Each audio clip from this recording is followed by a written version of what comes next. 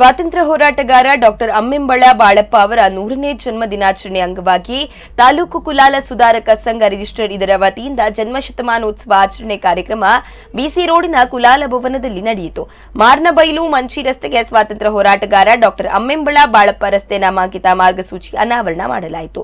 ವಿಶೇಷ ಆಹ್ವಾನಿತರಾಗಿ ಆಗಮಿಸಿದ ಮಾಜಿ ಸಚಿವ ಬಿ ರಮಾನಾಥ್ರಿ ಇವರು ಮಾತನಾಡಿ, ಎಡಪಂಥೀಯ ವಿಚಾರಗಳಲ್ಲಿ ವಿಶ್ವಾಸವಿಟ್ಟುಕೊಂಡ ವ್ಯಕ್ತಿಯಾಗಿರಲು ಕಾರಣ ಡಾಕ್ಟರ್ ಅಮ್ಮೆಂಬಳ ಬಾಳಪ್ಪ ಅವರು ಎಂದು ಹೇಳಿದರು.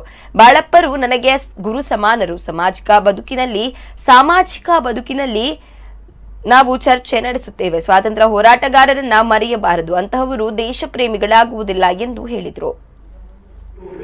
ಸಮಾಜದ ಬೆನ್ನಿನ ಚಿಂತನ ಆ ಹೊರಟು ಸಮಾಜಕ್ಕೆ ದೇಡಿಗೆ ಕೊರಿನಾರು ಬಾಳಪ್ಪಣ್ಣೆ ಅರಿತಿಕ್ಕಿನ ಗೌರವನೇ ಈ ಕುಲಾಲ ಸಮಾಜಕ್ಕೆ ದಿಕ್ಕಿನ ಗೌರವ ಪಂಪಿನ ಚಿಂತನ ಪಾತ್ರವನ್ನು ಪಣ್ಣಿನ ಚಿಂತನ ಚಂದಪ್ಪ ಅಗ್ನಿಯನ್ನ ಪ್ರಕೃತಿಯನ್ನ ನೀರನ್ನ ನಾವು ನೋಡ್ತಾ ಇದ್ದೇವೆ. ಆ ಮುಖಾಂತರ ಇದೀಗ ಅಮ್ಮೆಂಬಳ ಬಾಳಪ್ಪರ ನಾನು ನನ್ನಲ್ಲಿ ಅನೇಕ ವಿಷಯಗಳನ್ನು ಹಂಚಿಕೊಳ್ತೇನೆ. ದೇಶದ ಆಗಿನ ಸಾಮಾಜಿಕ ಬದುಕಿನ ಬಗ್ಗೆ ಅವರು ಮಾತಾಡ್ತಿದ್ರು.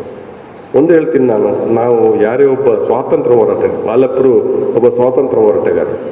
ಸ್ವಾತಂತ್ರ್ಯ ಹೋರಾಟಗಾರನು ಯಾರನ್ನು ಗೌರವಿಸ್ತಿಲ್ಲ ಅಂಥವರು ದೇಶ ಪ್ರೇಮಿಗಳು ಯಾವತ್ತೂ ಆಗಲಿಕ್ಕಿಲ್ಲ.